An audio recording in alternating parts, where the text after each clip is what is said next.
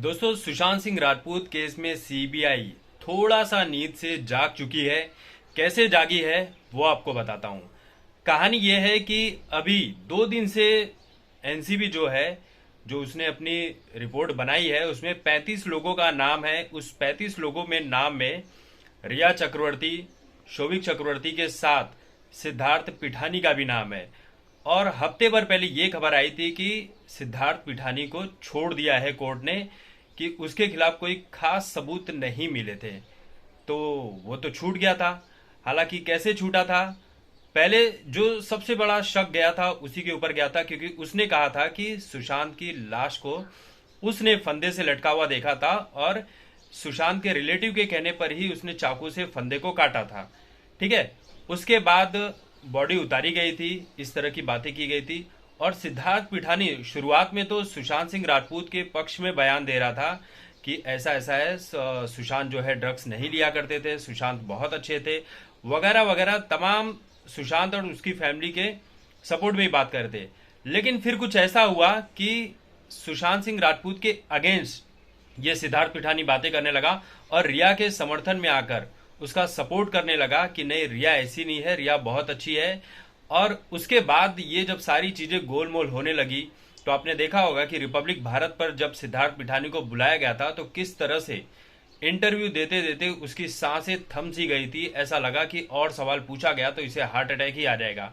इसके बाद ये शादी करने गया, कोर्ट से परमिशन वगैरह लेकर इसने शादी की।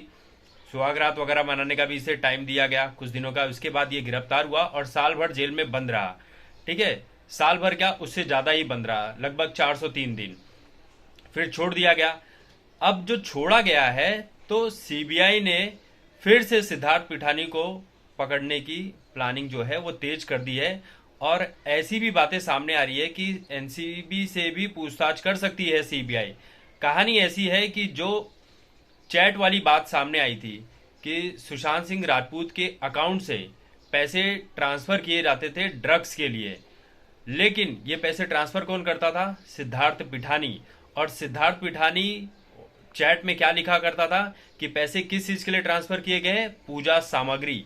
और इसी तरह का वर्ड इस्तेमाल करती थी रिया चक्रवर्ती, पूजा सामग्री के नाम से।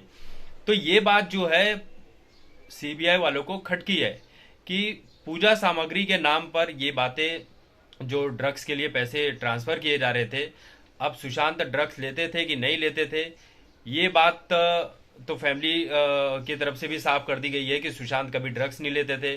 सुशांत के जो करीबी दोस्त हैं गणेश हिवरकर, उन्होंने भी कहा है कि सुशांत कभी ड्रग्स नहीं लेते थे। बहुत से लोग बोल रहे हैं कि सुशांत ड्रग्स ले ही नहीं सकते थे। लेकिन रिया चक्रवर्ती, सिद्धार्थ पिठानी, सारा अली खान तक ने ये कह दिया था कि केदारनाथ की शूटिंग के टाइम पे सुशांत मेरे साथ बैठकर गांजा फूका करते थे। और रिया चक्रवर्ती ने तो कहा ही है कि सुशांत ड्रग्स लिया करते थे। अब ये ड्रग्स लिया करते थे कि किसी बहाने ड्रग्स दिया जाता था, ये बात अभी सामने आनी बाकी है, क्योंकि इन्हीं सब चीज़ों की तो जांच चल रही है। और हो सकता है कि सुशांत को अंधेरे में रखने के लिए कि भाई पूजा की कोई सामग्री मंगवानी है, तो सुशांत के अकाउंट से पैसे ट्रांसफर किए जा रहे थे, जो 40,000 का अमाउंट ट्रांसफर किया गया था। इसी तरह से कई बार पैसे ट्रांसफर किए गए थे। तो ये जो चीजें हैं, जो गोलमोल घुमाने की कोशिश की गई है रिया चक्रवर्ती से, सोचिए कितनी बड़ी चालबाज है ये, कितनी बड़ी होशियार लड़की है कि अपने घर पे ये पार्टी नहीं किया करती थी, सुशांत के घर पे किया करती थी, ताकि जो भी हो सुशांत के ऊपर ही लगे। और तो और सिद्धार्थ पिठानी ने एक बात और कही थी कि रिया चक्रवर्ती डिप्रेशन की दवा बोलकर सुशांत सिंह राजपूत को एक दवा दिया करती थी। रिया दवा देती थी, वो डिप्रेशन वाली दवा बोलकर सिद्धार्थ पिठानी को। सिद्धार्थ पिठानी वो दवा दिया करता था सुशांत सिंह राजपूत को। सिद्धार्थ पिठानी का ये कहना था शुरुआत में कि जब मैं पूछा करता था रिया से कि ये किस चीज की दवा है, तो बोलती थी डिप्रेशन की है, लेकिन उस दवा का नाम नहीं बताया करती थी।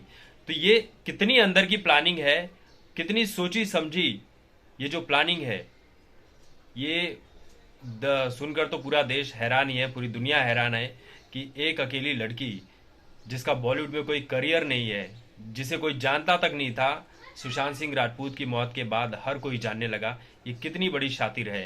हालांकि कोई कितना भी शातिर हो, उस ऊपर वाले के इंसाफ के सामने कोई नहीं टिकता है। ऊपर वाला अपना गेम बरोबर खेलता है और आज नहीं तो कल सभी की सच्चाई सामने आएगी। जो लोग रिया चक्रवर्ती को बचाने में लगे थे, जो ड्रगिस्ट लोगों को बचाने में लगे हुए हैं, ये सारी चीज़ें सब कुछ सामने आएगा।